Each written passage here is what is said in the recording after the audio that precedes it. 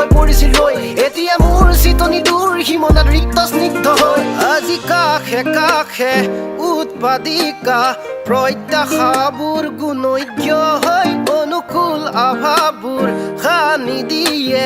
ৰাগৰে প্ৰজনতে যে মোৰ মনৰ মাজত কিহৰে যে দুখবোৰ জ্বলি আছে জুমি চালো চাইচোন প্ৰেমৰে কলিতা জ্বলাই যে ৰৈ আছে অন্ধকাৰ বুকুতে মোৰ